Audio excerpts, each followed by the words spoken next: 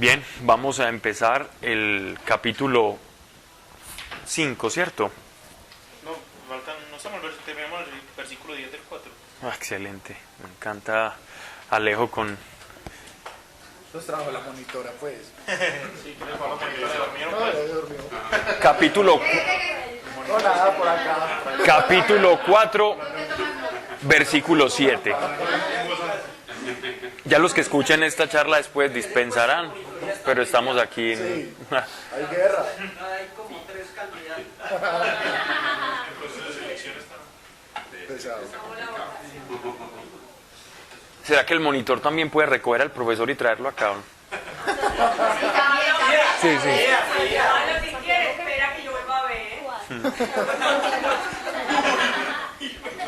Someteos pues a Dios y resistid al diablo, y huirá de vosotros. Santiago capítulo 4, versículo 7. Y huirá de vosotros. Esto ya lo explicamos, ya lo extendimos en la charla pasada. Verso 8.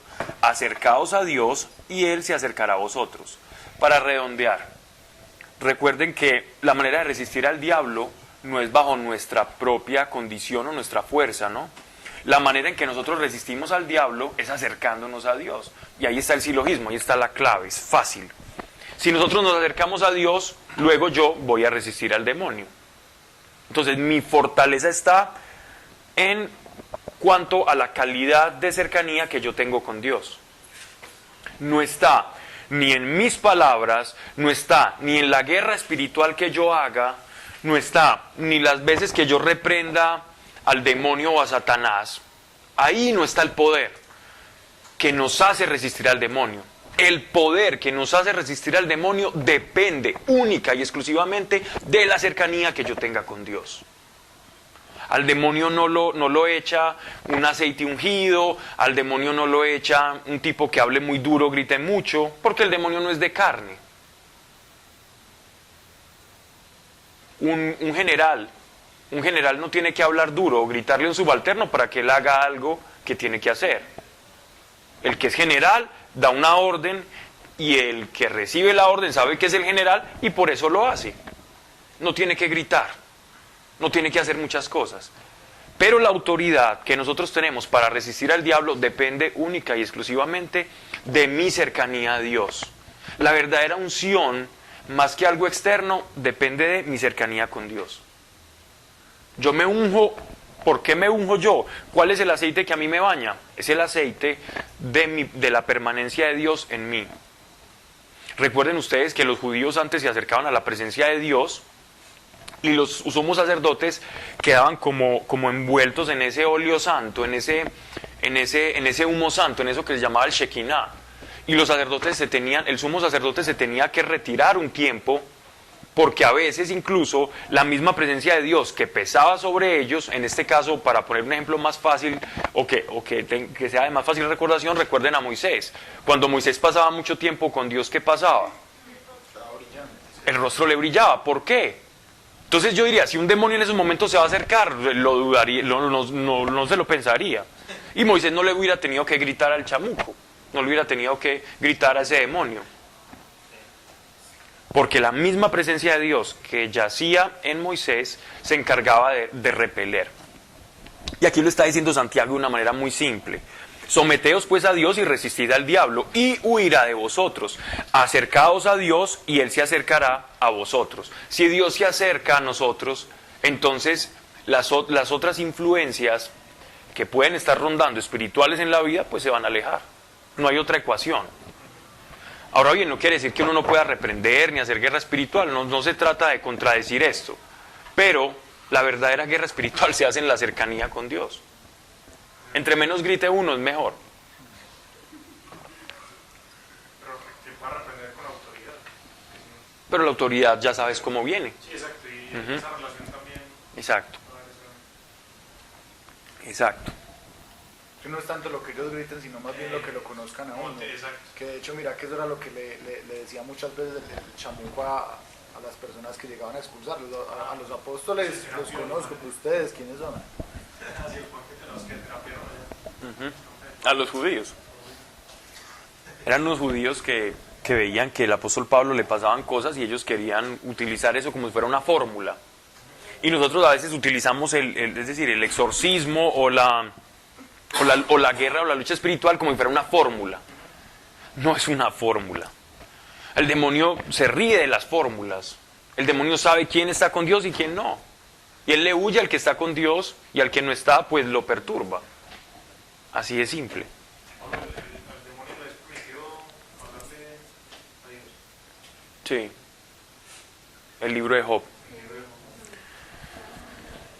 Lavaos las manos, pecadores, y purificad vuestros corazones, almas dobles. Ya habíamos hablado del doble ánimo, pues las implicaciones.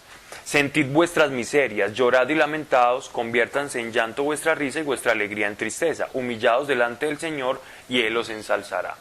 Él está hablando de los soberbios, porque en el capítulo, finalizando el capítulo 3, él está hablando de la actitud soberbia, que era una actitud la cual no nos permitía encajar con la voluntad de Dios, ni poder recibir respuesta en nuestras oraciones. Recuerdan que estábamos hablando de la humildad, de la actitud para yo recibir. Entonces, él lo pone en un lenguaje muy dramático, muy de corte semita, muy de corte judío, y nos expresa que la manera en que nosotros nos debemos de acercar a Dios es reconociendo lo que somos. Y si uno es realista y se reconoce a sí mismo tal cual somos, uno se da cuenta que uno es muy pequeño, que uno no es nada y que uno es más miseria que virtud.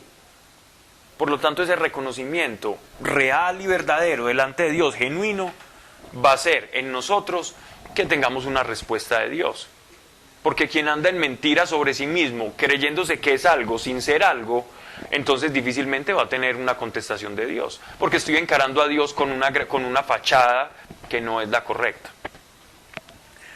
Ok, esto es para redondear algo que ya habíamos expresado. Pero miren qué bonito, humillados delante del Señor y Él los ensalzará. Entonces, luego de la humillación, viene como una especie de etapa de glorificación para nosotros.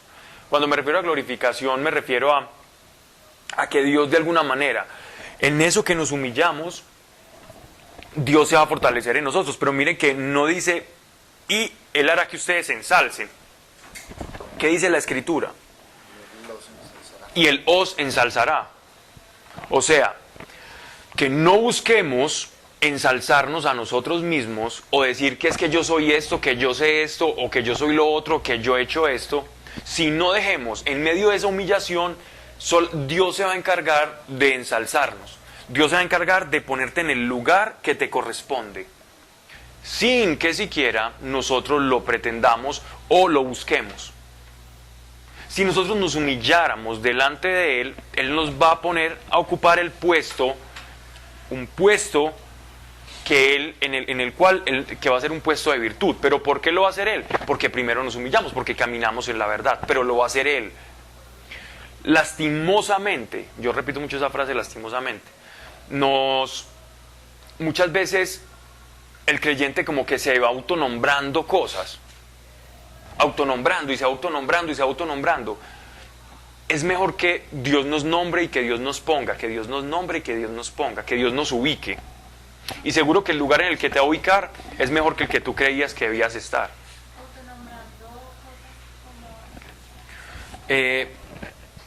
Yo ayer hablaba con alguien, creo que fue con Alejandro. Hablamos que ahora, por ejemplo, hay una corriente y respeto, no comparto en algunos puntos, pero respeto, que se nombran apóstoles, ¿cierto? Apóstoles de Jesucristo para estos días, ¿ya? Uno entiende el concepto de apóstol en sentido amplio. ¿Qué es un apóstol en sentido amplio? Es alguien que crea iglesias, que funda iglesias en territorios donde no habían, entonces funda una iglesia. En ese sentido se podría decir, todos somos apóstoles. Sin embargo, el hecho de autoproclamarme apóstol significa que todo lo que yo diga tiene fundamento doctrinal y toda la iglesia lo tiene que seguir, porque esa era la facultad apostólica por excelencia, que todo lo que ellos decían era revelación directa de Dios. Por lo tanto, si alguien está contradiciéndome, está contradiciendo a Dios mismo, porque los apóstoles eran fundados eran fundamentos, eran pilares. ¿Sí me hago entender? Entonces yo mismo me autoproclamo, porque es que, no, es que usted es apóstol. ¿Quién lo nombró usted apóstol? ¿Quién? Si los apóstoles, cada uno de ellos los había nombrado Jesucristo. Jesucristo nombró a los apóstoles. Mire que a Pablo lo nombra Jesucristo. Pablo no conoció a Jesús carnalmente, pero Jesús se le aparece resucitado y le dice todo lo que había de pasar y lo nombra apóstol. Entonces yo respeto y entiendo que algunos se llamen apóstoles en el sentido amplio, ¿cierto? En el sentido de que fundan iglesias, pero en el sentido de crear doctrina, eso es muy delicado. Eso, por ejemplo, es algo que uno tiene que esperar que Dios lo haga por uno y no salir al público y decir, miren, yo soy un apóstol. Repito, respeto y entiendo hasta cierto punto el por qué piensan así, pero no comparto. Pablo, ¿cómo lo haría Dios? O sea, ¿Cómo lo hizo con Pablo? Se le apareció Jesucristo resucitado, él lo vio y le dio la misión y le dijo lo que iba a hacer y lo que era. pero es posible que les haya revelado Jesús a estos, ¿A cuáles estos? pues a los que A los que estoy diciendo. sí, pues porque Jesús también nos puede hablar a nosotros, obvio. Claro. O sea, esa es la relación con Dios. Y si a usted Dios le dice es un apóstol, pues Ujú. puede pasar eso. O sea, yo no estoy diciendo que sea bueno o malo, pues no, pero Podría pasar. ¿no? Y claro. Ahí está, ya quedas como a responsabilidad De de la ellos persona. y tienen Una responsabilidad muy grande. Muy brava. La carga es que esa persona tendría autoridad en la boca como apóstol para decir quién está viviendo un cristianismo verdadero y quién no. Tiene todos los dones. Y es decir, la persona que se llame apóstol a sí mismo significa que su congregación tiene una doctrina perfecta. Es decir, una doctrina que él puede decir esto es y esto no es. Y le puede decir a las otras iglesias, ustedes están mal y ustedes no están mal. Así como Pablo, como Juan, como Santiago lo decían. Y en él operarían todos los dones también. ¿Cómo? Deberían operar todos los dones. Ajá. Ahí es donde uno observa a esa persona que el Señor llamó El don de discernimiento, el don de profecía, el don de lengua. Pero más que los dones, sí, los dones vienen como consecuencia también. una forma de hacer las cosas. Pero es que los dones es como una señal, más no es la señal. Más no es la señal, es una de tantas. Sí, es una presa. Ujú. Sí, es lo que os decías, es otra característica más de un apóstol. Pero la característica principal es, conocí a Jesucristo, Jesucristo me llamó, Jesucristo me convocó y soy autoridad para poner los fundamentos de la iglesia y decir que sí es y que no es. Ellos tenían primero las llaves del reino. ¿Qué significa las llaves del reino? No es lo que nosotros caricaturizamos a San Pedro, pues que con Dorito lo ponían a él siempre allá. No. Las llaves del reino significa, entendido en el contexto en el cual Jesús les enseñó a ellos, las llaves del reino para los judíos era la capacidad de yo decir que es verdad y que no, doctrinalmente hablando. Entonces, si alguien se autoproclama apóstol, tiene las llaves del reino, y al tener las llaves del reino puede decir, es que los evangélicos están errados, es que los católicos están errados, y es que lo que yo creo es la verdad. Tendría esa autoridad. Entonces, por eso es que eso es lo delicado de llamarse apóstol. En sentido estricto. En sentido amplio, todos somos apóstoles. Apostoloi, apostolare, apóstol es aquel que es enviado. Sí, es un enviado, sí. En ese sentido todos somos apóstoles, ¿cierto? Y todos hacemos apostolado. En ese sentido todos somos profetas y todos somos reyes. Sin embargo, en el sentido estricto, yo me la pensaría dos veces. Ese título carga una gran responsabilidad. Y todos los apóstoles terminaron muertos. Ah, eso también es otra cosa, ¿no? Los mártires también. Porque ellos eran semillas, que igual que su maestro tenían que morir para que germinara la iglesia. Ahí hay un misterio. Apóstol no es alguien que tenga una mega iglesia tropical. Ahora, los apóstoles, algunos de ellos eran casados.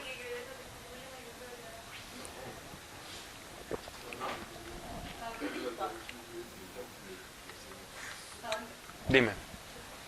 Que si los apóstoles, algunos eran casados con otras mujeres. Sí. Sí, la mayoría. La mayoría era casado. Pedro tenía, no es que ellos fueron a visitar la suegra de Pedro. Ellos dejaron todo, mi hermano. Pero muchos dejaron su casa.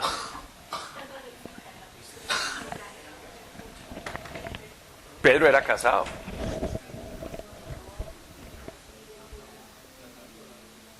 Judas no sabemos.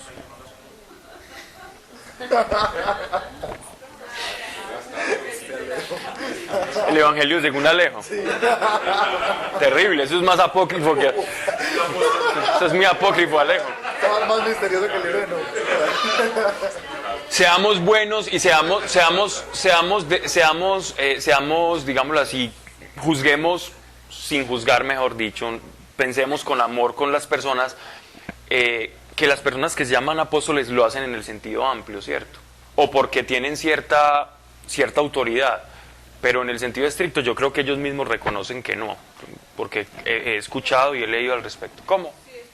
Sí, claro. Sí, porque ellos saben lo delicado que es eso y son personas, algunos que he escuchado son personas muy, pues son honestos, pues. Pensemos bien. Sigamos. Y él os ensalzará. Capítulo 4, versículo 13. Y vosotros los que decís... Me equivoqué, sí. No murmuréis unos de otros, hermanos. No murmuréis unos de otros, hermanos. El que murmura de su hermano o juzga a su hermano, murmura de la ley. Juzga la ley. Me acaba el guandol. Y si juzgas la ley, no eres ya cumplidor de ella, sino juez. Uno solo es el legislador y el juez, que puede salvar y perder. Pero tú, ¿quién eres para juzgar a tu prójimo? Entonces, por eso tenemos que tener mucho cuidado en nuestros juicios, ¿ya? Con nuestros hermanos. Nosotros, recuerden, esto ya lo he hablado tanto que pues no voy a ahondar mucho en esto, pero hay algo que es importante. Nosotros podemos juzgar un mensaje. Nosotros podemos juzgar algo que se nos dice, algo que nos llega, algo que nos dicen a nosotros. Hey, no, mira, Sebastián, es que vos tenés que guardar todos los sábados, viejo, y tenés que hacer las 3 oraciones judías. Si no las haces, estás mal. Entonces, Sebastián me dice, no, yo sé que eso que me está diciendo Pablo es judaizar, y eso está, y el apóstol Pablo y la palabra de Dios lo condena por la libertad que ganamos en Cristo. Pero yo no puedo juzgar, entonces no, pues yo me voy a quedar callado. No, él no me va a juzgar a mí ni me va a decir, Pablo se va a perder porque me está diciendo eso. Pero él sí puede juzgar el mensaje y condenar el mensaje. Y el apóstol Pablo lo hacía. Sea considerado anatema. Y él decía, y aquellos que dicen, o que os llevan, o que os seducen, o que les llegan a ustedes con vanas sutilezas y filosofías huecas y humanas y cosas de ángeles, apártenlos, no los escuchen. No estamos juzgando a la persona, estamos juzgando el mensaje que la persona nos está dando. Porque luego entonces nosotros vamos a recibir, por eso de no juzgar, una cantidad de cosas y recibimos todo lo que nos digan. Tampoco, no se trata de eso. No condenamos a la persona y la dejamos tranquila, pero el mensaje sí podemos definir y juzgarlo. Esto no es de Dios o esto sí es de Dios. Imagínense ustedes, donde no hiciéramos eso, no tendríamos criterio. Y seríamos una mezcolanza y seríamos un arroz con mango de cosas. Versículo 13. Y vosotros los que decís, hoy o mañana iremos a tal ciudad y pasaremos allí el año y negociaremos, lograremos buenas ganancias. No sabéis cuál será vuestra vida de mañana, pues sois humo que aparece un momento y al punto se disipa. En vez de esto, debías decir, si el Señor quiere y vivimos, haremos esto o aquello. Pero de otro modo os jactáis fanfarronamente, y esa jactancia es mala. Pues al que sabe hacer el bien y no lo hace, se le imputa pecado. Aquí podemos ver como una casta. Recuerden cómo empieza la carta del apóstol Santiago. La carta del apóstol Santiago comienza diciendo, saludamos y le damos esta carta. ¿Es para quiénes? Para la diáspora, ¿recuerdan ustedes? Para la iglesia en dispersión, para la diáspora, o sea, para los judíos convertidos al cristianismo, recién convertidos. Los judíos se habían hecho una fama de comerciantes y de conseguir dinero allí donde ellos estuvieran, ¿ya? Y esta casta de judíos comerciantes se había volcado hacia el Señor, se habían vuelto cristianos, se habían en últimas convertido. Pero en esta conversión, ellos iban viviendo también sus digámoslo así, sus labores del mundo. Labores gananciosas como prestamistas, agiotistas, y de esa manera ellos ganaban mucho dinero. Porque recuerden que a los judíos no se les dejaba comprar o tener posesiones en Roma, sino, y entonces ellos vieron a ver qué hacían y entonces comenzaron a prestar plata y así surgieron los primeros bancos, ¿cierto? Y entonces...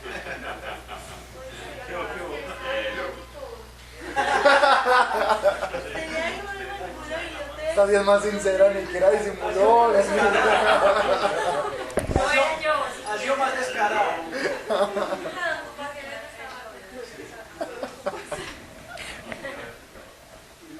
Y entonces, esta casta de judíos conversos llevaban una vida, digámoslo así, de comodidad, de ganancias, y en esa comodidad y en esas ganancias, Cristo se había hecho como un lado. Y su porvenir, es decir, su porvenir, el pensamiento que ellos tenían hacia su futuro, en cuanto al comercio, en cuanto a las ganancias, ocupaba más la parte, es decir, como la mayor parte del tiempo de estos comerciantes. Sin embargo, lo que les está diciendo el apóstol Juan a ellos es, ustedes tienen una especie de soberbia en sí mismos. Esta es la soberbia del autosuficiente. Esta es la soberbia de quien cree que por lo que hace, estamos hablando del creyente, que cree que por lo que hace, que por su trabajo está seguro. Quien cree que por lo que hace, por lo que trabaja, por lo que va a heredar, por sus capacidades, está seguro, luego va a perder la seguridad que debe tener en el Señor. Y si yo pierdo la seguridad que tengo en el Señor, si pierdo esa seguridad que tengo en el Señor, entonces voy a privarme de ese abandono en la providencia, ¿cierto? Y ese abandono en la providencia, en últimas, es humildad. Y si yo no camino en ese abandono, voy a caminar en soberbia. Y todo lo que me ocurra, el resto de mi vida va a ser producto de mi propio esfuerzo y no va a ser producto de la gracia de Dios. O sea que, era lo que estaba predicando ayer, no vamos, digámoslo así, como teniendo la confianza en el mundo y en el futuro respecto de las cosas del mundo, no voy a tener una actitud cristiana correcta. Aún nos pone una sentencia muy fuerte. Si yo pienso de esa manera y mi seguridad yo la estoy buscando en el mundo y yo sé que mi seguridad no está en el mundo, por eso que yo sé, estoy pecando. Porque mi seguridad está en Él, en lo que Él me ponga. Entonces yo no le puedo pedir a Dios que me vaya bien en la empresa, sí, pero se lo pide a Él. Y espera que Él se lo ponga. Pero si confía en usted mismo y no se abandona la providencia y usted dice, yo sí, Diosito, creo en Cristo, creo en todo eso, pero yo hago las cosas y nunca tengo en cuenta la providencia, entonces eso es lo que se me va a imputar a mí como pecado, porque conociendo la verdad no la aplico. Entonces miren pues ahora con lo que acabo de decir, lo voy a volver a leer. Y vosotros los que decís, hoy o mañana iremos a tal ciudad y pasaremos allí el año y negociaremos, lograremos buenas ganancias. No sabéis cuál será vuestra vida de mañana, pues sois humo, que aparece un momento y al punto se disipa. En vez de esto debéis decir, en vez de decir vamos a hacer ganancias allá y vamos a ver cómo nos va en este año, uno debe decir, un creyente debe decir, si el Señor quiere y vivimos, haremos esto o aquello. Tener a Dios en mis planes, en mi proyecto de vida. Mi proyecto de vida no es mi proyecto de vida, es el propósito y el proyecto que Dios tiene para mi vida. Entonces yo no puedo vivir de tal manera que sea mi proyecto de vida, sino, Señor, ¿cuál es tu proyecto de vida? O Señor, mira, estos son los planes que yo tengo. Si tú quieres y a ti te parece, pues yo voy a ir hacia allá. Si no es tu parecer, Señor, entonces encamíneme. Ese es el abandono a la providencia, porque muchas veces uno no va a tener claridad en lo que tiene que hacer en un momento determinado. Más, si yo no conozco, porque Dios sabe que no conocemos el futuro y que somos como humo y que vamos a pasar, sí tenemos como hijos la capacidad de decirle a Dios, Señor, voy a hacer esto. Y Dios, al que está haciendo más fácilmente, o lo ataja o lo desvía. Pues lo desvía de lo malo para encaminarlo. Pero si me quedo quieto, no hago nada, y siempre es mejor tomar acción. Siempre es mejor, en Dios siempre es mejor tomar acción que esperar. Siempre. Si yo quiero hacer algo y estoy esperando a que Dios me revele y me diga que tengo que hacer algo, algunas veces los puedes recibir, pero no te los recomiendo. Tú fuiste la que me dice que, ¿cómo así? Ok. Me refiero a eso porque Dios más fácilmente ataja que empuja. Dar pasos de fe, y si no es del camino, Dios se va a desviar o te va a parar. O sea, Él se hace mostrar cuando lo tenés en cuenta. Dios difícilmente le muestra su propósito a desocupados. Porque la persona que está al lado de Dios actúa constantemente y el actuar ya lo va. Ahora, pero hay un riesgo grande también. El activismo, sí, pero Muy grande. sí, pero mira, pero te voy a decir, si uno está conectado con la providencia del Señor, te lo digo porque a mí me pasó mucho tiempo y aprendí esto. Yo me quedé esperando mucho tiempo a que Dios me revelara el propósito en visión y todo eso. Él ya me había dado sueños y yo ya sabía más o menos qué iba a terminar haciendo, ¿cierto? Pero yo no sabía por dónde empezar ni sabía qué hacer. Y oraba días y noches para que Dios me mostrara entonces qué era lo que tenía que hacer. Y no veía respuesta. Uno esa no respuesta, uno la puede interpretar. ¿Será que entonces Dios me tiene para otra cosa? Al no ver respuesta. Y yo dije, bueno Señor, en tus manos estoy. Yo tengo la verdad que es el Evangelio. Sé que si yo arrojo la verdad, esa verdad vuelve y da frutos allí donde yo la arroje. Y comencé a hacerlo. Me animé a hacer lo que tenía que hacer. Todos los cristianos tenemos una comisión. Todos. ¿Cuál es la gran comisión que todos tenemos? Ya, todos. Sea usted lavador de pisos, sea usted secretaria, sea usted gerente de un banco, sea usted estudiante, tenga usted un proyecto de empresa, sea usted empleado o desempleado. Todos tenemos ese mismo llamado. ¿Verdad? Entonces, ya de alguna manera todos sabemos qué tenemos que hacer.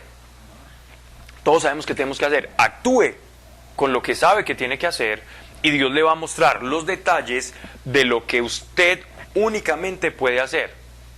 Es decir, su chapa dentro del cuerpo de Cristo. Eso lo va a poner Dios, pero lo va a poner haciendo. Pero entonces hay una diferencia grande entre propósito y voluntad. Porque es que lo que yo voy a hacer día a día no necesariamente tiene que ver con eso. Ajá. ¿Sí me entiendes? A veces son cosas, por ejemplo, del trabajo. Sí, no, total. El propósito siempre va a ir encaminado hacia la vida eterna y hacia el fin último, pero nosotros somos carne y hacemos un montón de cosas periféricas. Cuando vos dices, por ejemplo, no quedarse quieto en lo referente a lo que tiene que ver con Dios. Sí, claro. No es que nos vamos a poner a hacer empresas y cosas porque entonces antes nos perdemos. Pues si mi llamado es a predicar, entonces yo digo, no, Dios no coja desocupados, entonces yo me voy a poner a hacer un montón de cosas, pues de eso no se trata. Ir a trabajar allí mientras tanto. No, más bien es desocupados en la obra de Él. Yo no me estoy refiriendo a A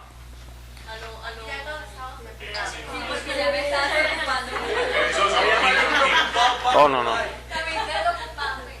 No, ocupados en las cosas del reino, obviamente, pues. Es decir, haciendo las cosas del reino, buscando las cosas. la gente, orar por las personas, ¿cierto, Pablo? Eso se llama. Exactamente, eso es, sí, pero si yo no estoy haciendo eso, entonces difícilmente yo voy a saber cuál es mi llamado. Claro, porque ahí Dios da dones y todo, y ahí uno lo va encaminando Dios al. Sí, no quiere decir que una persona que heredó una fortuna y no tenga trabajo y entonces Dios dice, no, este es un desocupado, este no lo va a escoger, no. Pero si es una persona que está orando y está trabajando con Dios, es decir, esa es la ocupación al que Dios ocupa. Dios ocupa, el que está ocupado en sus cosas lo ocupa más. Al que tiene se le dará. Al que, ¿me entendés? Y el que no tiene antes se le quita. Pero entonces a nivel ya profesional o de lo, pues, como en esa parte, entonces ahí sí es preguntarle, ahí sí camino uno por, o sea, haciendo lo natural y Dios te va a... En ese caso es arriesgarse un poco también, ¿cierto? Es tomar riesgos. Es tomar riesgos porque vas con la providencia y con la aprobación del Señor y con la gracia. Si vas con la gracia de Dios, Dios va a abrir puertas. Es tener fe y estar confiado. Una vez decía Juan Carlos Cardona, pues que contaba el testimonio de un pelado que quería estudiar música y todo eso, pero no tenía plata, entonces siempre decía, no, es que quiero estudiar en Barcelona, pero nunca tengo plata. ¿No? Digo, ya le presentaste a Dios eso. Digo, no, es que yo le dije, no, que no pedí, entonces venía, hagamos un... Que le pedía mucho a Dios que quería estudiar, y entonces, pero ¿qué estás haciendo para eso? Le digo, Juan Carlos. Digo, no estoy esperando en Dios. Entonces que le digo, venga, vamos a hacer un presupuesto de fe. ¿Cuánto le vale a usted? ¿Cuánto le valdría de su carrera? No sé cuánto, tan. Le vamos a presentar esto a Dios. Oraron, lo presentaron a Dios, como en el tiempo lo llamaron a man que se había ganado una beca en Barcelona. Ok, así es. Porque digámoslo así, activó su fe, ¿no? Activó su fe. Es que la fe siempre es, la fe va a la acción, ¿cierto? La fe, aunque tiene un periodo de expectativa, la fe es activa, ¿no? Es una expectativa, pero es una expectativa que camina hacia algún lugar. Abraham esperó, pero Abraham caminó. Es normal. Pero los desocupados, qué bueno que me hiciste para que no, porque si no me hice entender y parecía como ocupados en las cosas del mundo, no tiene ningún sentido, ¿cierto? Aunque también Dios coge personas que están ocupadas en las cosas del mundo y las ocupan en las cosas de su reino. Pero si después dejan ocupar más de las cosas del mundo, entonces no terminan actuando para su reino. Exacto. Bueno, entonces sí, era eso. Bueno que hiciste eso, porque pensé que me había hecho entender y mira que no. Pablo, y por eso pues cuando la gente dice, ay, pues tal cosa si Dios quiere. Pero ese si Dios quiere también puede ser una excusa. Una muletilla. Eso muchas veces la gente lo hace más como por utilizar una palabra hacia el aire que porque en realidad esté como consciente de lo que está diciendo. Por un cliché, sí. Es difícil, el si Dios quiere, de corazón es difícil. Es verdad. Sometido en el abandono a la voluntad de Dios. Es negarse a uno mismo, ese si Dios quiere, es negarse a uno quiere, mismo. cuando es de corazón no es fácil. Es verdad. Ese si Dios quiere, si es un si Dios quiere real, es una actitud correcta. Pero normalmente lo usamos como un cliché. Si Dios quiere, hay cosas que nosotros ni tampoco lo deberíamos usar tanto, porque nosotros ya sabemos qué cosas Dios quiere. No en detalles específicos, bueno, usted quiere viajar a esta ciudad, usted va a ir a esta ciudad, le va a hablar a tales personas, no estamos hablando de eso. Estamos hablando, sabemos que Dios quiere que seamos santos. Sabemos que Dios quiere que extendamos su reino. Es que yo voy a predicar si Dios quiere, no, es que Dios ya le dijo que quería, ¿por qué no lo hace eso? Dios quiere que no quiere usted. ¿Cierto? Dios ya nos dijo que era lo que quería con nosotros. ¿No recuerdan cuando estudiamos la carta a los Efesios? Dios nos dice ahí qué es lo que quiere con nosotros y para qué nos formó y con qué dones nos dotó. Nosotros ya sabemos qué somos, ya si queremos hacer, Dios quiere, ¿verdad? Por ejemplo, hace poquito escuchamos a una persona que nos dijo que un día se vio sin nada y le dijo a Dios, bueno, ¿qué hago? Dios le dijo, ¿qué te hace feliz? Y él dijo, ayudar a las personas. Pues yo necesito plata para ayudarles. Y yo digo, ¿cómo así? ¿Qué te está deteniendo? Y más se puso a ayudarle a las personas y en este momento es la cabeza de una de las iglesias más grandes que hay en los Estados Unidos. Es un man que maneja miles y miles de personas en una iglesia. Y él decía, lo único que yo dije fue, ayudar a la gente. Exacto. Eso es lo que Dios quiere. Él caminó, él hizo, es decir, él se ocupó, pero se ocupó de la obra de Dios y Dios lo ocupó más y ya debe estar encartado. Eso es lo que hay que hacer, Ocuparse en el reino de Dios y seguro que Dios nos va perfilando, ¿cierto? Dios va desenmascarando como ese perfil que tiene, que es único para cada uno de nosotros. Dios va formando eso. También se puede ver algo negativo también, porque mucha gente dice, eso, tener el trabajo si Dios quiere, te va a resultar el trabajo si Dios quiere, sí. Exacto. A veces incluso puede ser una muletilla derrotista. Sí, negativo. Sí. Negativo cuando Si Dios quiere, es como, yo sé como que no. Okay. Muchas veces de pretexto. Dios mediante. si glorifica a otro, si lo glorifica a él, si otro sale beneficiado, y si aparte de eso yo también obtengo un beneficio, es de Dios y punto. Bien. Ahora sí. Se dejó venir. Capítulo 5, versículo 1. Y vosotros los ricos, llorad a gritos sobre las miserias que os amenazan. Bueno, afortunadamente no veo a nadie llorando. Y vosotros los ricos, llorad a gritos sobre las miserias que os amenazan. Vuestra riqueza está podrida, vuestros vestidos consumidos por la polilla, vuestro oro y vuestra plata comidos del orín, y el orín será testigo contra vosotros y roerá vuestras carnes como el fuego. Habéis atesorado para los últimos días el jornal de los obreros que han segado vuestros campos, defraudado por vosotros, clama, y los gritos de los segadores han llegado a los oídos del Señor de los ejércitos. Habéis vivido en las delicias sobre la tierra, entregados a los placeres, y habéis engordado para el día de la matanza.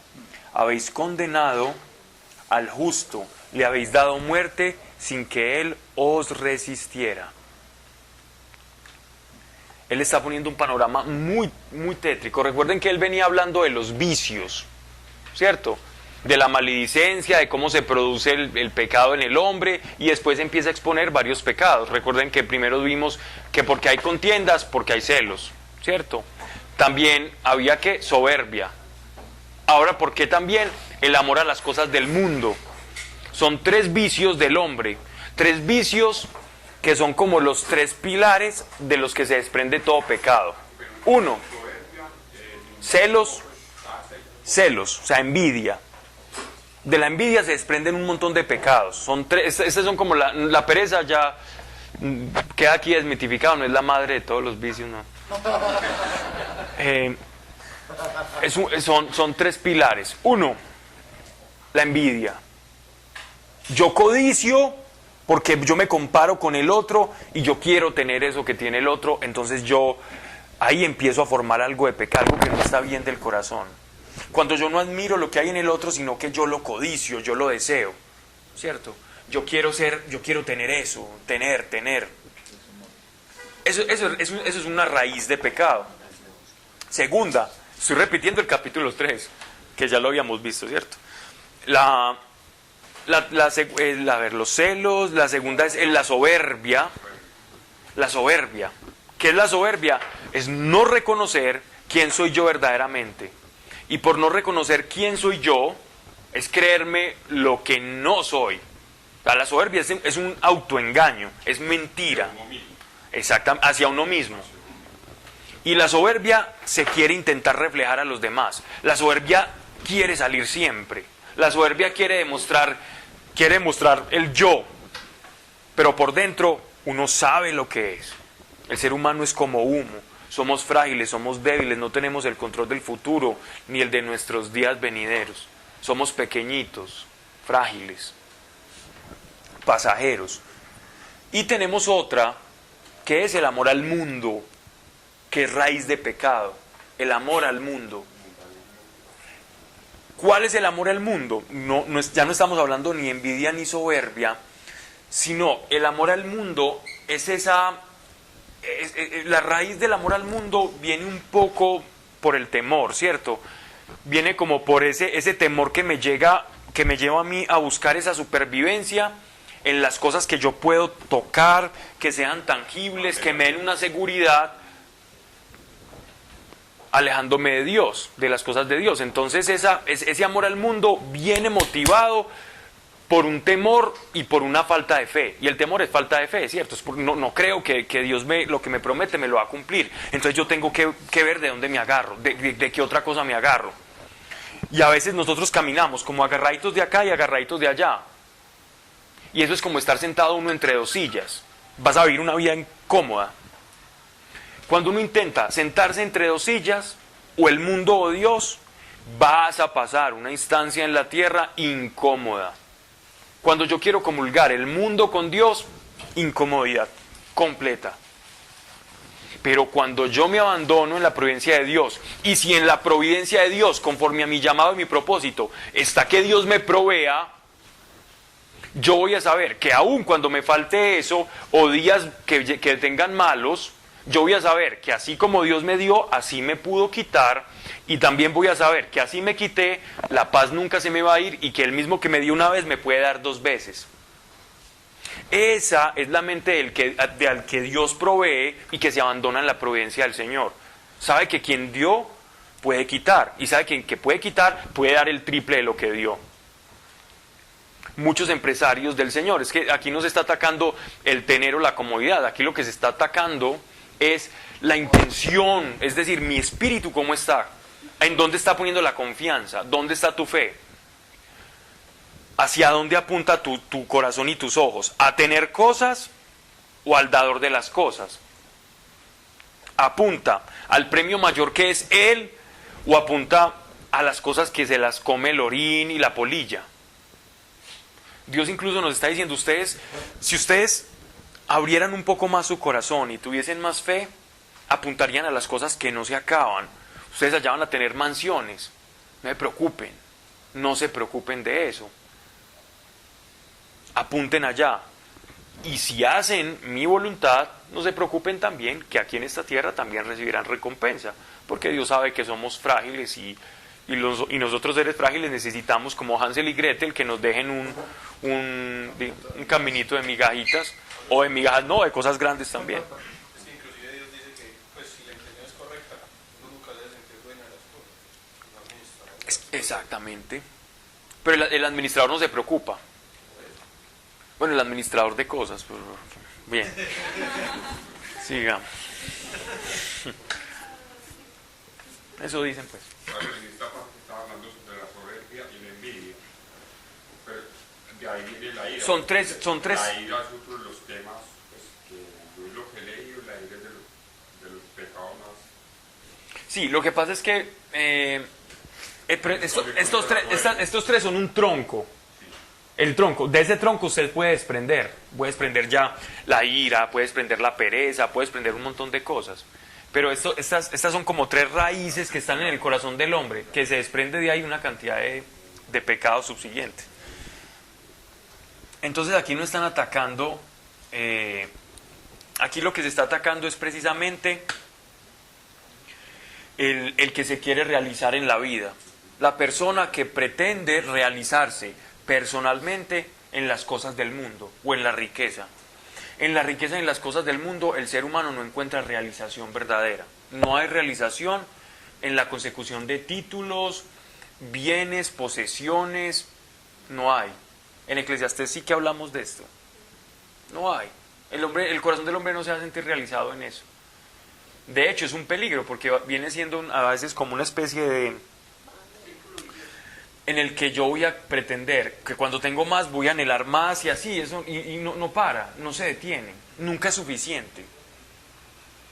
Incluso a veces el que tiene más le cuesta dar.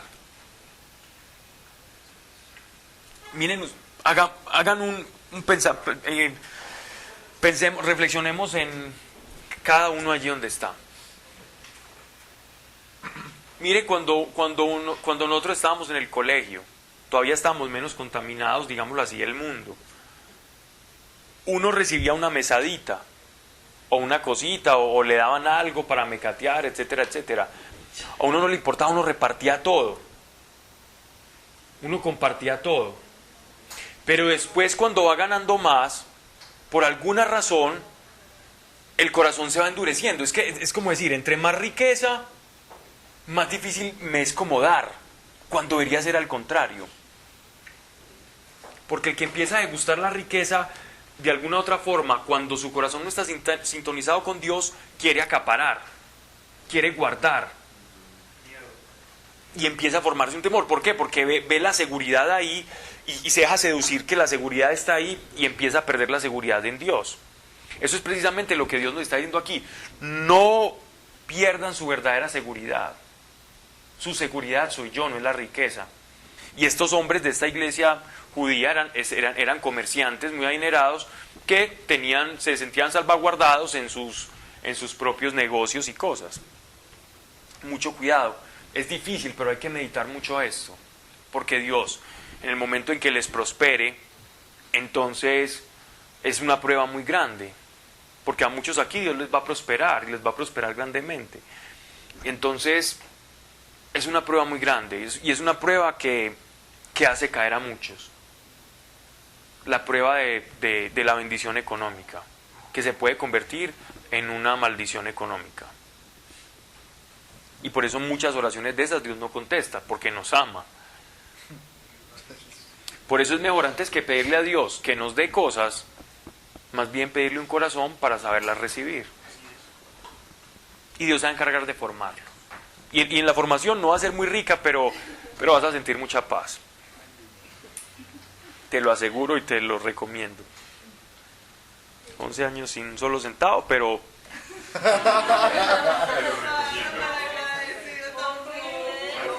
Proceso, Pablo.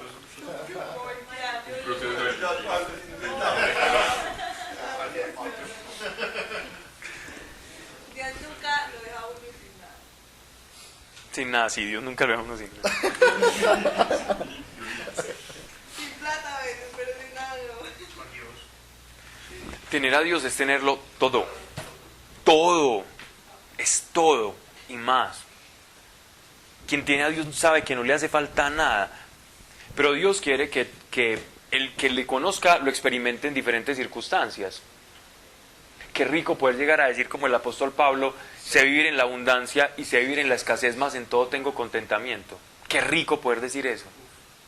Es decir, las circunstancias para mí son un evento, pero yo sigo siendo yo inamovible con mi Señor. Las circunstancias, ustedes no conocían, antes de que salieran pues como todos estos videojuegos más, bueno, era en la época del Game Boy, pero habían unos aparaticos que vendían, que eran como una motico, ¿recuerdan? Era como el manubrio de una moto. Y pasaba como una ruedita y había como una calcomanía de una motico, entonces uno veía la ruedita pasaba como con los rielcitos de una carretera. Entonces la carretera se movía y uno pues emulaba como una especie de movimiento, pero en verdad eso no se movía nada y uno era ahí creyendo que estaba como moviendo la calcomanía y era esquivando unos carritos que salían ahí en una ruedita. Bueno, ¿sí me entendieron?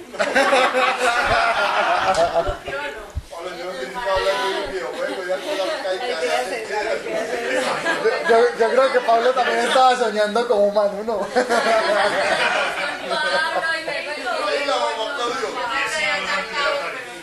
No.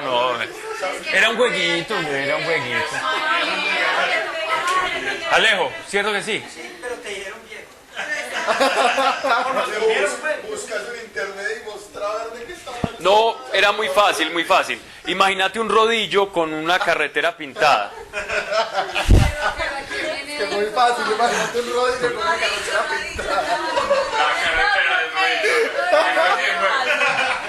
Alejo, esta clase de Biblia si la puedes editar, hombre.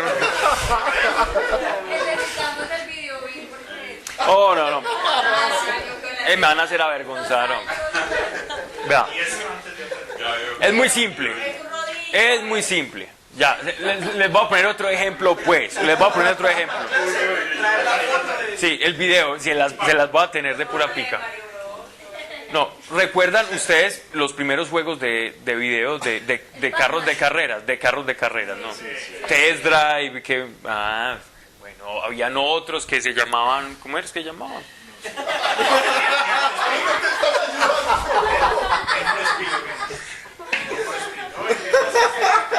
moviera la pista.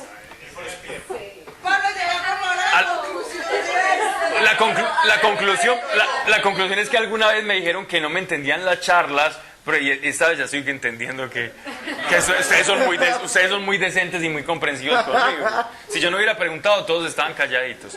Bueno, el caso tal, los primeros juegos de video en los que uno manejaba un carrito, había una especie de simulación de movimiento que no lo era tal. Siempre estaba quieto y era... Exactamente. Y uno creía que se movía, pero el carrito estaba quieto. Ya. Así es cuando uno camina con Dios y las circunstancias malas y buenas van pasando, la escasez y la abundancia, el mundo te transcurre, pero vos permaneces quieto en la misma posición, es decir, en esa misma posición con el Señor. Era Top Gear. Top Gear, sí señor. Exacto. Tenía que haber empezado por los juegos, por eso, y no por explicar el carrito. Bueno, en fin. Se los voy a mostrar. Miren. Pablo, la próxima, claro, nos va a traer un rodillo pintado.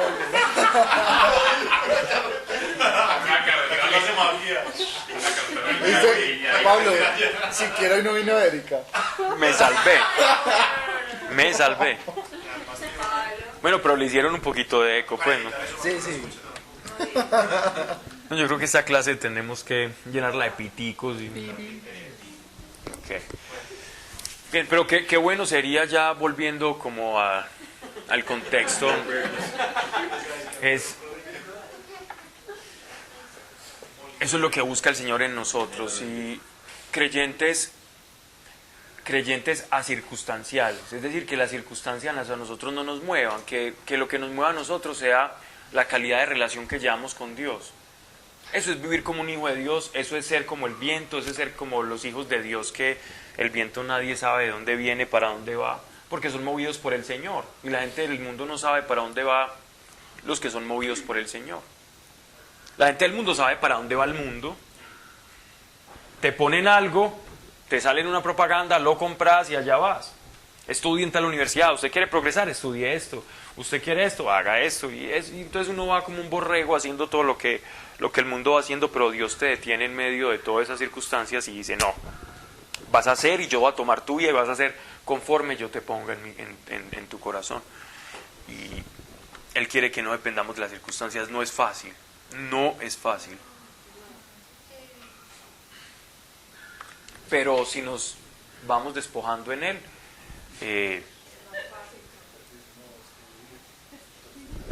vamos a hacerlo. Versículo 12. Pero ante todo, hermanos, no juréis ni por el cielo, ni por la tierra. Están muy atentos, muy bien.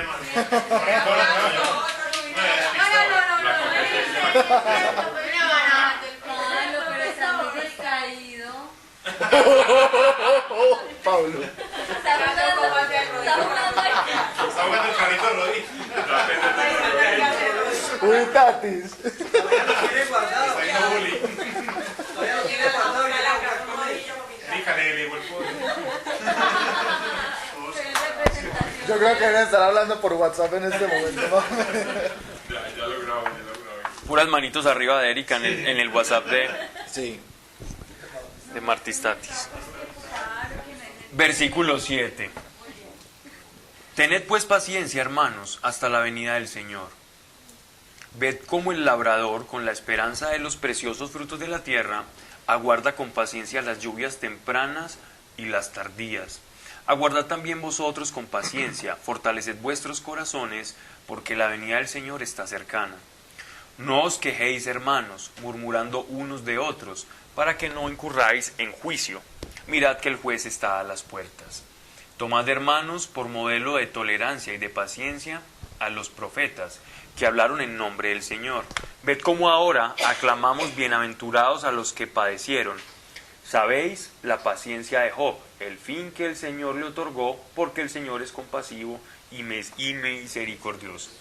Aquí la expresión que está usando el apóstol Santiago es una expresión muy proverbial, es la expresión de cosecha y siembra, y está hablando de quien cosecha. En el momento de la cosecha no es para nada bueno, los que han sembrado algo, ¿cierto? Los que han sembrado aguacates o papas o han acompañado, han mirado cómo es la digámoslo así, como la obra de un labriego, se dan cuenta que es difícil y que el momento no es bueno, pero en la cosecha eso hacen unas fiestas.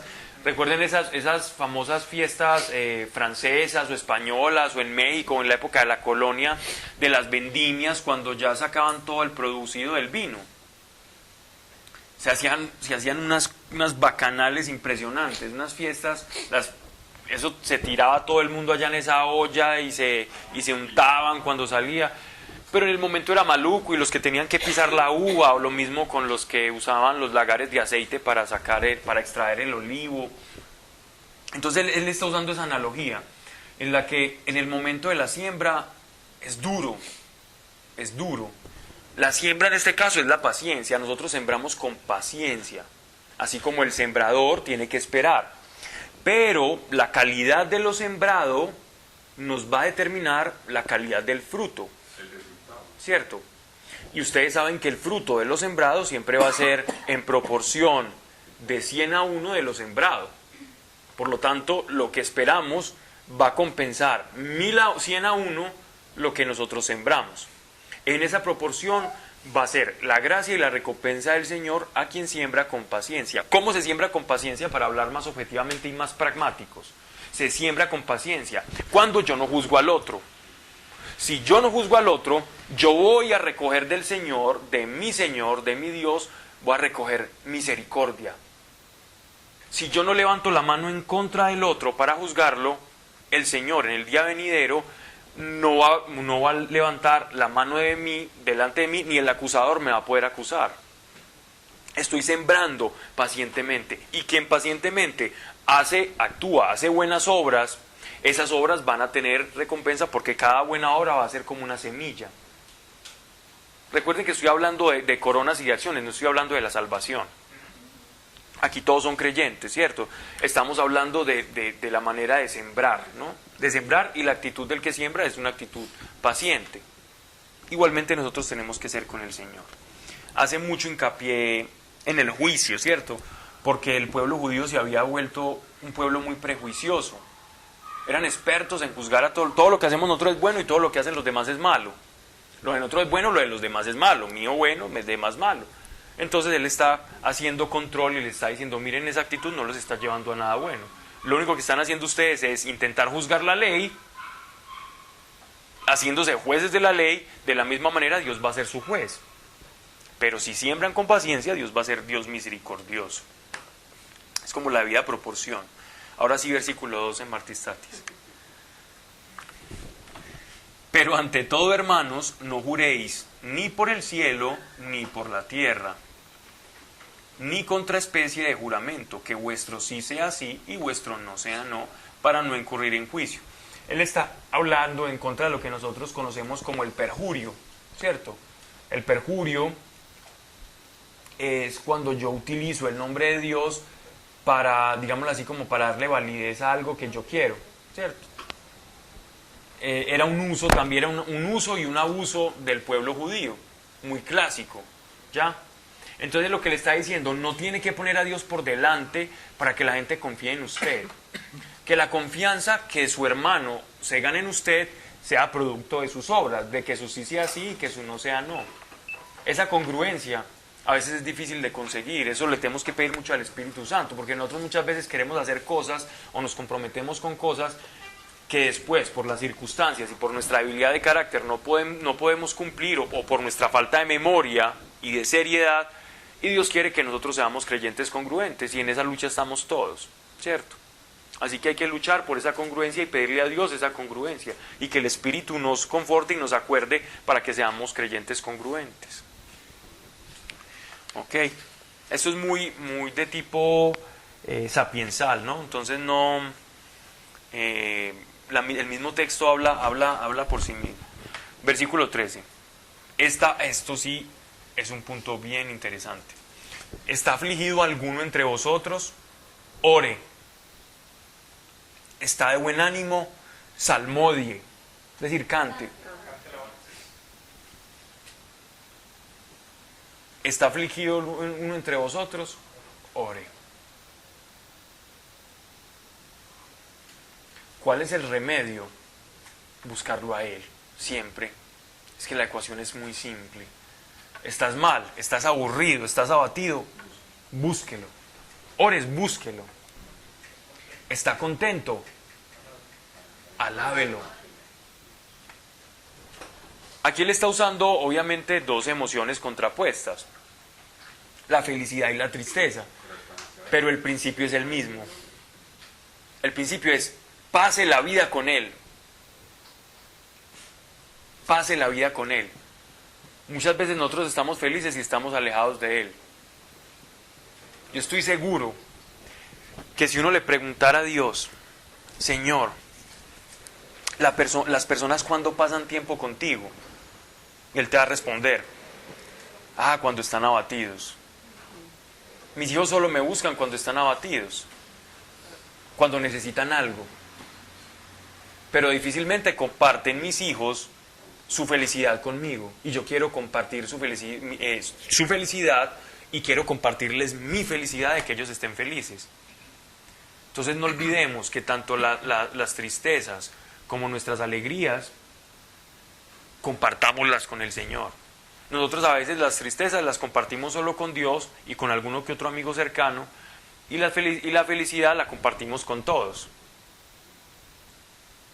Pero no nos olvidemos del Señor. Salmo 10 es una manera de hacer participar a Dios de mi felicidad, ¿cierto?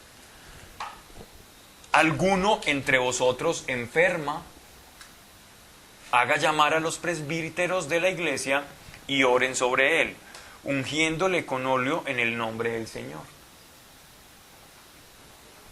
¿Hay alguien enfermo? Haga llamar a los presbíteros de la iglesia y oren sobre él, ungiéndole óleo en el nombre del Señor. Presbítero es una palabra griega. Significa anciano. Presbítero. Son los ancianos.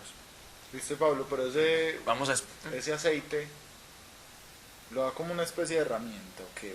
Ajá, como un símbolo externo, muy característico del Antiguo Testamento y que todavía se sigue usando. La unción siempre es en aceite. Entonces, hay unción espiritual, pero la unción es aceite. Entonces, miren pues, esto nos lleva a dos puntos. Primero, todos hemos escuchado un sacramento en la Iglesia Católica que se llama la unción de los enfermos, ¿cierto? Sí, el sacramento que se llama la unción de los enfermos. Pero es diferente a los santos óleos. Pero sí yo creo que es distinto.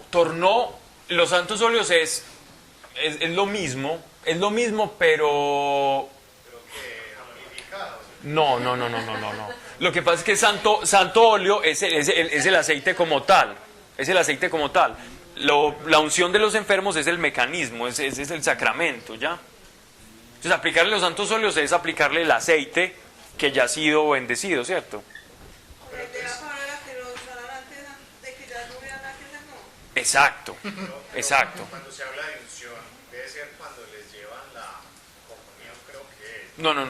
Unción es aceite. Unción es aceite. Entonces, vamos a hablar. El presbítero, dentro de la iglesia primitiva, existían varios oficios. Al principio eran los ancianos, es decir, eran ancianos no necesariamente de edad, de viejitos, ¿cierto? Sino que eran personas que llevaban más tiempo en el Evangelio. Al principio sí eran los ancianitos, los primeros eran los ancianos, los que se convirtieron primero, pero también que llevaban tiempo. El solo hecho de ser anciano no te hacía ser presbítero, ¿ya? Sino que tenías que tener un recorrido en la fe para ser presbítero. ¿Sí me hago entender? Era tiempo y haber sido probado en la fe. Madurez, llamémoslo mejor, sí, madurez en la fe. Eso era un anciano. No necesariamente era la edad la que te hacía presbítero. Porque un anciano recién se convirtió, no era presbítero. ¿Ya? Los frutos muestran la madurez, Pablo. Uno con los frutos de la persona ve ahí que no. Sí, claro. Los frutos y no necesariamente el tiempo, porque hay personas que ya han vivido en la fe y son... Y no tienen frutos, eso es lo que... O tienen muchos frutos. O tienen muchos eso. Y hay personas que llevan ya mucho tiempo y siguen peleando por las mismas cosas y siguen luchando con la gente y, en fin, casos se han visto. Exacto. La madurez no la del tiempo, exacto. Pero en este caso sí, primero eran los ancianos y estos ancianos, la iglesia, de aquí parte el sacramento que se denomina la unción de los enfermos. La unción de los enfermos era, a partir de esto, las personas que estaban enfermas, los presbíteros. Esta es una figura muy extraña que aquí Santiago nos está mostrando, que aparte de la oración normal por los enfermos, como que habían unas personas digámoslo así, que tenían como esa administración, ese tipo de servicio. Después, esa unción de los enfermos, es decir, esto que nos está hablando aquí este pasaje, se fue tornando y se fue desarrollando en los sacerdotes. Entonces los sacerdotes tenían la potestad como presbíteros para hacer esta unción. Ellos, como en virtud de presbíteros, el sacerdote hacía unción de los enfermos, ¿cierto? Iba a las personas que están enfermas, se la hacían.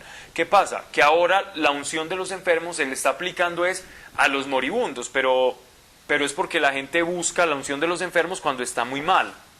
Pero la unción de los enfermos se la puede aplicar a cualquiera, no al que esté para morir. Se ha vuelto ya una tradición en que se aplique la unción de los enfermos a el moribundo.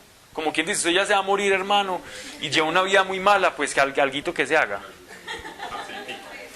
Hay una discusión, y no sé si la han notado, pensé que la iban a notar. Pero entonces el presbítero necesariamente no tiene que ser un sacerdote, ¿o sí? Aquí en este tiempo no existía el sacerdocio, pues como el sacerdote con el clériman, pues no, en este momento no existía. Estamos hablando aquí de la iglesia primitiva. Pero hoy sí sería un sacerdote. Sí sería un sacerdote en cuanto a la administración del sacramento de la unción de los enfermos. Estoy hablando del sacramento de la unción de los enfermos, ¿cierto? Estoy hablando que de aquí sale ese sacramento, ¿ok? Eso es lo que estoy diciendo. Si alguien quiere saber, bueno, y la Iglesia Católica, ¿de dónde parte? Es de los sacramentos. Bueno, este es uno. De aquí ellos toman la unción de los enfermos en cabeza de los presbíteros. ¿Por qué? Mire, ahí está, Santiago lo dice. Ahora los presbíteros son los sacerdotes. Por eso se llama el presbiterio. Los sacerdotes son los presbíteros, entonces por eso ellos pueden administrar y solo administran ellos ese sacramento de unción a los enfermos.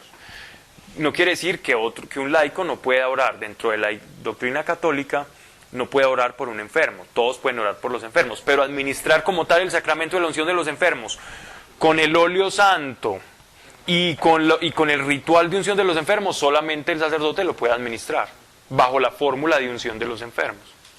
Ya. Bien, la pregunta acá que surge es, la unción de los enfermos, si ustedes qué entienden, ¿para qué es la unción de los enfermos? ¿Qué?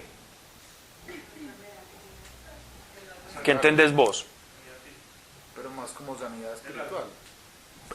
¿Eso entendés vos? Pues después sigue Pablo en mi Biblia que la oración hecha con fe salvará al enfermo. O sea que se está dirigiendo más a la salvación, al enfermo espiritual. Pues me imagino. Sin embargo, pensaría yo también que... Y continúa. Y se le ha perdonado los pecados que haya cometido. Le serán perdonados. De ahí viene el sacramento de la unción del enfermo y por eso normalmente se aplica en el momento de la muerte. Pero esto generó una confusión y también, digámoslo así, una división. Porque por un lado dicen, si alguno entre vosotros enferma, haga llamar a los presbíteros de la iglesia y oren sobre él ungiéndole con el óleo en el nombre del Señor. Pero entonces usted puede enfermar con una cosa que no lo va a matar, ¿cierto? Pues, no estamos hablando aquí de una enfermedad aquí no dice enfermedad de muerte. Si uno puede enfermar de cualquier cosa. Sí. Sí. Sí, van. Sí van. Haga llamar a los presbíteros de la iglesia y oren sobre él, ungiéndole con óleo en el nombre del Señor. ¿Cómo era, según los padres de la iglesia, cómo era esta unción de los enfermos? Imponían las manos en la cabeza, ¿cierto?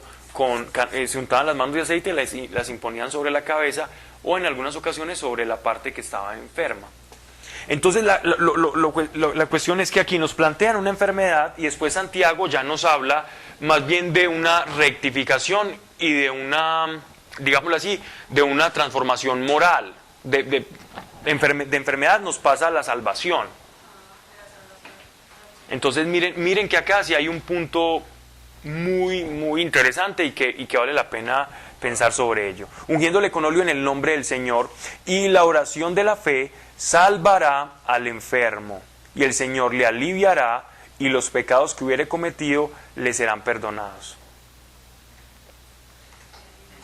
Y el Señor le... Como diciendo que la enfermedad se da por algún pecado. Exacto, exacto, Que es la enfermedad física. exacto. Está volando Tati. Monitora. Oye, Aleja ya no le está gustando. Entonces, miren, noten lo importante de esto. ¿De qué nos viene hablando el apóstol Santiago? De un grupo de pecados, ¿cierto? Nos viene hablando de un grupo de 3 pecados. ¿Cuáles son?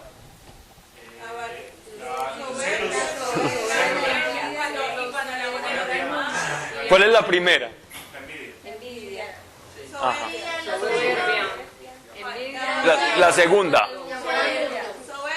Y la tercera, el amor al mundo. Son 3 raíces, ¿cierto? Okay. Después de esto, él nos habla de las riquezas y cómo en las riquezas y eso, cómo el amor al mundo nos aleja de Dios, y también nos enseña cómo alejarnos de eso, teniendo una actitud humilde, lo que venimos hablando. Y ahora nos habla de cómo debemos acudir a Dios en la oración, o cómo podemos acudir a la iglesia para ayudarnos en nuestra flaqueza. Pero como él viene hablando en el contexto de los pecados, también nos explica que hay cosas en el cuerpo que pueden ser producto de los pecados. De hecho, la muerte física es producto del pecado. Por el pecado de Adán, pues todos morimos. ¿Ya? El pecado entró al mundo, entró la muerte. No quiere decir que cada vez que me da una gripa, pues, una bronquitis, una cosa, es que yo esté por allá robando bancos o haciendo una cosa. No quiere decir eso. Si yo me pongo a tomar agua contaminada, seguramente me va a dar una gastroenteritis terrible. Y no necesariamente, bueno, ahí pequé por tonto, ¿cierto? Por ingenuo. Pero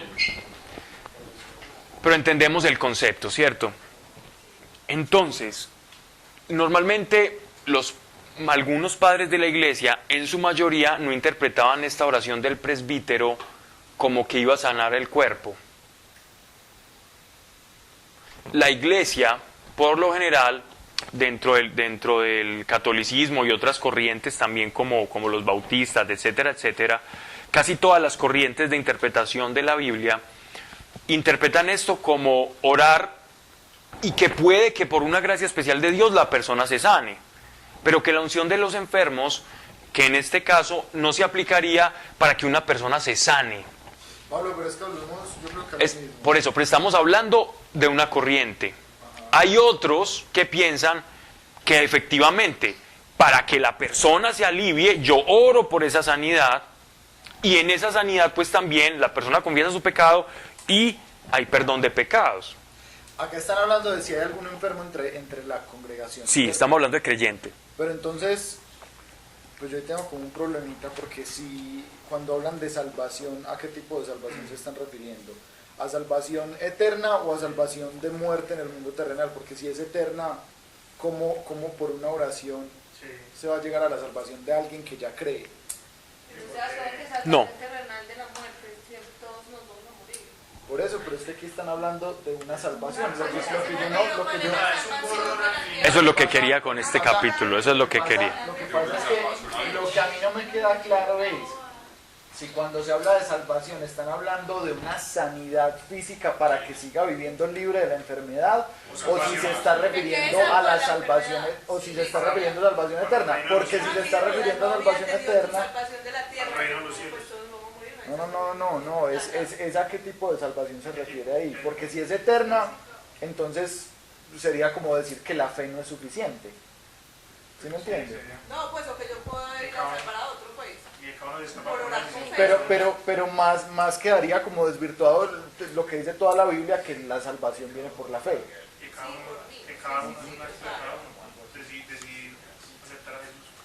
Va pues. Eso es lo que quería con este pasaje, que nos involucráramos con el dilema que trae consigo, ¿cierto? Porque es un pasaje que si uno lo puede leer, sí, uno va donde los viejitos y que oren por uno, ¿cierto? Pero tiene algo más profundo que eso. Aquí sí están refiriendo a salvación del alma. Pero mire lo que dice Sebas para que entendamos.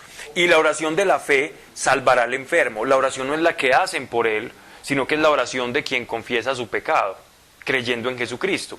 Y la oración de la fe salvará al enfermo. No es la oración del presbítero que impone un poder especial sobre Yo ellos. entiendo eso, pero si se supone que él ya es creyente. Eso es lo que a mí como que me patalea ahí un poquito, porque si se supone que es creyente ya es salvo. Sí, pero en este caso, posiblemente debe ser alguien en la iglesia que no es creyente. ¿Un nuevo o qué? No, Porque, o No. una persona que está no. como... La iglesia está empezando. Aquí la iglesia está empezando. Es que mire que la dificultad de la carta de Santiago es que él está escribiendo a un montón de gente que él no conoce. Entonces él está dando un montón de preceptos generales. Entonces, ¿qué pasa? Aquí están hablando del rico que entre comillas es creyente y que tiene su esperanza en el mundo y que eso se le imputa como pecado. Él lo que le está diciendo a mucha gente de esta es, ustedes creen que son creyentes, pero lo que están es viviendo en la ley, ustedes no son creyentes. Mire el grueso de la gente que está acá. Intentemos ir más allá del texto. Cuando digo ir más allá del texto es cómo se originó este texto. Santiago le escribe a una iglesia de judíos que están empezando a recibir el mensaje del Señor y que se están confrontando contra su manera de creer. ¿Sí ven? O sea, que no son creyentes del todo. En realidad, Muchos de ellos no. Son creyentes. Pablo, pero entonces volvemos a la cosa, porque entonces en ese caso casi que esta unción de los enfermos viene quedando desvirtuada. Si vamos a eso. Porque entonces sería una unción que se debería aplicar a personas que de cierta forma no han recibido el Señor, y no sería ya algo para un creyente que esté enfermo. No, porque mira, lo que pasa es que, a ver, la unción de los enfermos, el decir que oren, intenta desligar la unción de los enfermos y la oración de la fe salvará al enfermo, porque son cosas diferentes. Lo que pasa es que como está en la misma parte. Sí, pero mira que son cosas diferentes. Orar por aceite por alguien enfermo, es decir, es lo material. Él después está enseñando lo que hace la oración. Venga, ya te voy a explicar por qué, porque yo sé que esto es bueno que quede claro. ¿Está afligido alguno entre vosotros? Ore. Entonces, ¿cuál es este capítulo? ¿Cómo le podríamos llamar este capítulo? ¿Alguna de sus Biblias trae un título para este capítulo? Miren que en este caso, ¿cómo dice el tuyo? Mi Biblia dice, se ha de acudir a Dios en la oración. Entonces, ¿qué es lo que quiere enseñar Juan en este capítulo? Orar en todo momento y en toda circunstancia. En la felicidad, en la felicidad, en la tristeza y en la enfermedad. Y después él enseña, él lo que está diciendo es después, orar en todo momento, en lo difícil y no, y en la enfermedad, hombre, entonces vaya a que ore y oren por usted. Eso es el principio, orar en esas circunstancias. Ahora él va a enseñar los alcances de la oración. Mire que si uno entiende cuál es como el principio que rige este capítulo, que es la oración, entonces él dice, y la oración, o sea, que tiene que ver con esto, y la oración de la fe salvará al enfermo y el Señor le aliviará y los pecados que hubiere cometido le serán perdonados. Él está hablando del alcance de la oración, no el alcance de la unción de los enfermos. O sea, lo que puede hacer esa oración de A mí me sigue patinando, porque es que es la unción y justamente es para el perdón de pecados. Pero es la oración. Exacto, por eso. O sea, La unción de los enfermos es simplemente una oración. Sí, por eso, pero es para que eso suceda. Es decir, yo no podría como desligar una cosa de la otra, si esta primera es casi que la que me viene condicionando lo segundo. ¿Sí me entendéis? Yo entiendo que sea como la oración y el desligar un poco una cosa. Pero sigamos leyendo el texto y vas a ver. la oración de fe no hace el enfermo. El enfermo. El enfermo la hace. Pero entonces venir, porque mira que por ejemplo acá dice que la oración del justo, pero ahí el justo no se está refiriendo al enfermo, sino se está refiriendo a los que están... A los creyentes. A los que están orando por el enfermo. No, a los creyentes. Al que ora... A ver, él está poniendo cosas aquí hipotéticas, ¿cierto? Mire pues, ¿estás afligido alguno de vosotros? Eso es lo mismo, eso entra aquí en este paquete. Ore, ¿cierto? El que ora, estando afligido, es un justo. Sí. Es un justo también, está de buen ánimo, ore, cante. Cantar, salmodiar es cantarle a Dios. Alguno enferma, entonces él está diciendo, haga llamar a los presbíteros, o sea, ore, o que oren de la iglesia y oren sobre él, oren por él. Exacto, pero ya los otros. Sí, pero la persona también va a orar, es decir, Sí. están hablando de diferentes situaciones en las que uno ora, pero también que la iglesia ora por uno. Ungiéndole con el óleo en el nombre del Señor, como lo hacían en la antigüedad los antiguos sacerdotes, en que oraban por las personas, ungiéndolos para orar. Él está hablando a judíos, ¿cierto? Y la oración de la fe salvará al enfermo. Hay otras Biblias que dicen sanará. Yo voy a leer mi versión Pablo. No, está súper buena. En serio. Yo nunca la traigo y yo tengo que traer normalmente. Mire pues, dice, el que está enfermo, que llame a los presbíteros de la iglesia para que rueguen por él, ungiéndolo con aceite en el nombre del Señor. Punto. Ahí pusieron un punto. La oración hecha con fe salvará al enfermo. Cuando yo oro con fe me salvo porque estoy enferma. Mira lo que dice acá. La oración hecha con fe salvará al enfermo. Punto y coma. El Señor lo levantará y si ha cometido pecados, coma, le serán perdonados. Mira que la puntuación la hicieron para aclarar eso. No, antes a mí esa me enreda más. No, al contrario. Bueno, mira que dice punto seguido. Por eso, pero es La que... oración hecha con fe. Esa es Pero como no hablando de dice otra los cosa. presbíteros, Sí, no dice eso es lo que me deja incluso más No, porque lo están preocupado, ligando. porque No, pero ahí lo que hicieron en esa Biblia fue precisamente porque es que el griego no cuenta con la misma puntuación que el idioma nuestro. Y el apóstol Santiago aquí el tema principal, el grueso de este capítulo es la oración en toda circunstancia. Dos cosas. Si estás enfermo, que los otros oren. Pero tu oración, cuando estás enfermo, te salva. Cuando dice y la oración de la fe salvará al enfermo, él está hablando del alcance de la oración. La oración salva, es decir, cura enfermedades, y la oración te perdona pecados, ¿cierto? No el acto de la unción de los enfermos. Pareciera que... No, yo entiendo. Es que eso. Lo que pasa es que el a mí capítulo cosas genera una que dificultad.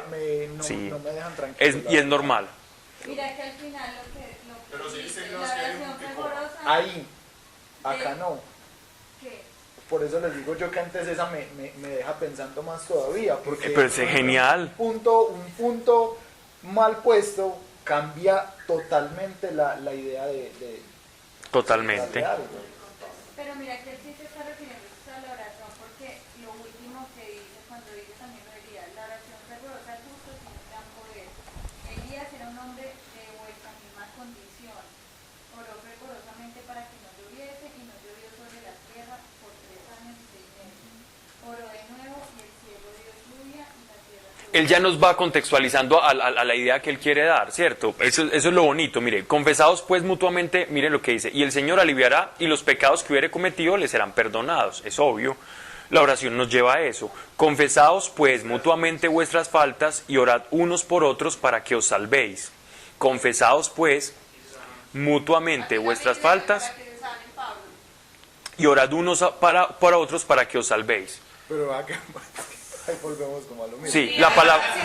Sí, porque este pasaje, las dos palabras que usa el apóstol aquí Santiago, en griego es salvación, él usa la palabra salvación, pero la usa en un contexto de sanación.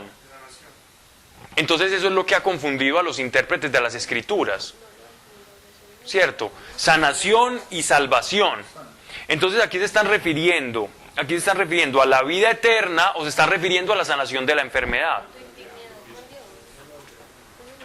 Es que eso es lo que me deja pensando. Bueno, sigamos leyendo, punto seguido. Mira que, por ejemplo, aquí en una Dios habla hoy ni siquiera dice salvación. Botaron el pedazo para ganar a la gente. dice curéis, en la mano de curéis. Confesaos pues. No, lee la Dios habla hoy. Dios hablaba y dice, si alguno está enfermo, que llame a los ancianos de la iglesia para que oren por él y en el nombre del Señor lo unjan con aceite. Y cuando oren con fe, el enfermo sanará y el Señor lo levantará. Y si ha cometido pecados, le serán perdonados. No, peor. Ahí. Ahora por usted le perdona sus pecados, porque yo estoy diciendo es que le perdone sus pecados, no. Es un pecado enfermo, ¿no? Y oren unas cosas para que se salga. Y cuando oren Salvarse con en fe, enfermedad, familia. Oren, está en plural, Y la oración de fe se está en llama plural. pero todos, No. incluido al enfermo. Por eso. Incluido Por eso, al pero es enfermo. que lo que pasa y lo que yo digo que me enreda es que el perdón de pecados viene es por la fe de uno solo, no por la oración de muchos. Pero si yo le pido perdón a Dios y vos estás al lado orando y ayudándome, eso no tiene nada de malo. Por eso yo no me voy a dejar de perdonar. Sí, pero volvemos a lo mismo que se está hablando desde de la salvación y que no, por ejemplo, a mí lo que no me queda claro Si es vos esa estás- salvación, a si qué yo se me- refiere, si porque vos es venís- que el versículo está hablando es como de una sanidad y salvación, pero no deja Exacto. claro ni una cosa ni Es la verdad, otra. es verdad lo que dice Sebastián, pero es precisamente porque el apóstol Santiago utilizó dos palabras en griego, una la usó para la que se utiliza para sanidad, usa el contexto de sanidad física, pero usa que la cura es el contexto que es soteriológico, que es de salvación.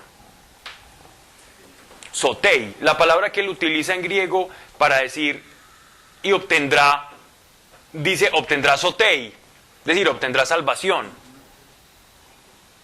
Entonces él mezcla la salvación con la sanidad física. Entonces ahí es donde dice, bueno, entonces ellos oraban para que se le perdonaran los pecados al mucharejo enfermo, para que se sanara o para que tuviera una vida con el Señor. Ahí está la confusión. Entonces, ¿qué hizo la iglesia con la unción de los enfermos? La iglesia tomó dentro del concilio católico, sobre todo en el concilio tridentino, dijeron, bueno, la unción de los enfermos trae perdón de pecados, es decir, trae salvación para la persona, obviamente si la persona hace un acto de contrición, y también puede obtener también a su vez sanidad física. Así quedó en el concilio, así está en el catecismo católico. La unción de los enfermos trae perdón de pecados y trae sanidad física en algunos casos. Así quedó en la iglesia católica, tomaron las dos vertientes. Lo que normalmente los calvinistas y la iglesia evangélica piensan respecto a este pasaje es que la oración de fe, cuando se refieren a la oración de fe, se refiere a la oración de fe del arrepentido, que se arrepiente de sus pecados, ¿cierto? Trae salvación, más también la oración que se hace por una persona, una intercesión, puede sanar a la persona. Entonces, a ese punto es el que llegaron, un punto muy salomónico. Sabiendo que el apóstol Santiago mezcló los términos sanidad y salvación, quizás porque estaba muy vinculado en el mundo judío el pecado a la muerte física y a la enfermedad. Pero Pablo, por ejemplo, no habla nunca en esos términos. Santiago sí le está hablando a un mundo judío donde ellos entendían que cada pecado era producto de una enfermedad, ¿cierto? Entonces él decía, bueno, si ustedes consideran que en una parte de ustedes hay enfermedad, oremos por eso, ¿cierto? Ese pecado se retira y por lo tanto ustedes se salvan. Eso ya te va más claro, ¿no? Sí, pero igual el texto no deja de ser difícil. A mí, o sea, yo lo que pasa es que si a mí algo me queda como claro por la opinión de alguien, no me queda claro. Porque yo necesito que me quede claro es por la Biblia, ¿sí me entiendes? Yo tengo como ese problemita. Es que así es. No, y es pedirle a Dios que se lo Ah, revele no, a sí, usted claro. para que usted pueda decir, bueno, o creo como los católicos que Él perdona pecados, o sana la enfermedad, y la oración de uno lo salva a uno. Pero que es importante, sobre todo, Que ya hay una división muy grande ahí, Pablo, entonces entre las dos, ¿cómo se llama? sí, claro, en denominaciones, claro. Denominaciones, pues porque si yo puedo orar por otro para que otro se salve. El sacramento de la unción de los enfermos me da una potestad como sacerdote de, digámoslo así, de perdonar pecados a la persona que se arrepienta, pues, y confiese en oración. Pero, o sea, por la persona se tiene que arrepentir. Sí, claro, es que el sacerdote no puede perdonar pecados a alguien que no se arrepienta. Pero Pablo, y si están en coma, no están haciendo nada entonces. Pero ellos igual hablan, porque hay mucha gente que está en coma que escucha. Pero ellos igual lo hacen. Pero ellos no sabrán, pero igual lo hacen, ¿cierto? Por si lo escuchan. Pero yo sí puedo pedir perdón por los pecados. Sí. Sí, claro. Claro. Nosotros podemos interceder por lo que queramos. Como esa historia que vos contaste, ve que le ha tocado a un sacerdote que se encontró un tipo moribundo por lo que la mamá había orado y él se lo encontró y le alcanzó a Claro. arrepentir los pecados antes de morir. Pues ahí están orando por ellos, le preguntaron más cosas. Sebas, ¿cómo vos tranquilizar estudiando, cierto? Obviamente, pero ¿cómo uno logra comulgar este pasaje? ¿Cómo logra uno comprender los puntos que no quedan claros? Entender cuál es el propósito que él quiere. Él está enseñando los alcances de la oración. ¿Qué es lo que quiere enseñar él? Hasta dónde llega la oración de una persona creyente. Los alcances que puede tener una oración. Si usted se deja guiar por eso, ya usted entiende cuál es el contexto.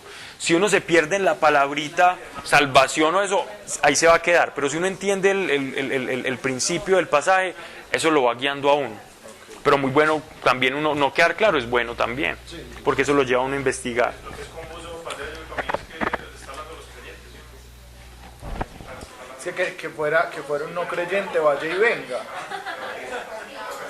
Lo que pasa es que él está hablando del alcance de la oración, es decir, la oración me lleva de alguna manera al perdón de los pecados, ¿cierto? Y el perdón de los pecados es en últimas la salvación.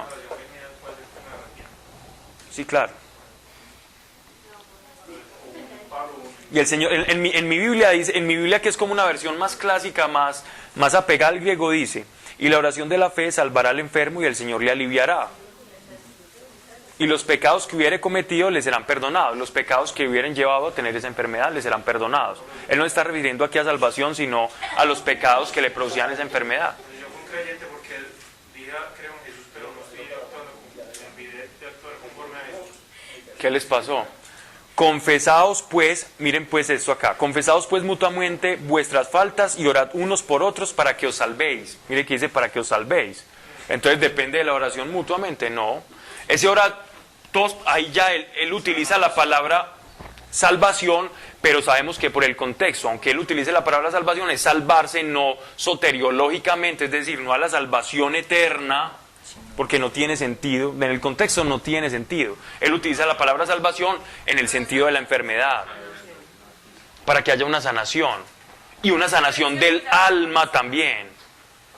Una sanación del alma, porque el pecado tiene que ver, la enfermedad a veces también tiene que ver con el alma. Entonces él está juntando esas dos cosas. Por eso él dice salvar, porque él también se está refiriendo a algo moral. Uno puede ser creyente, pero estar pecando deliberadamente.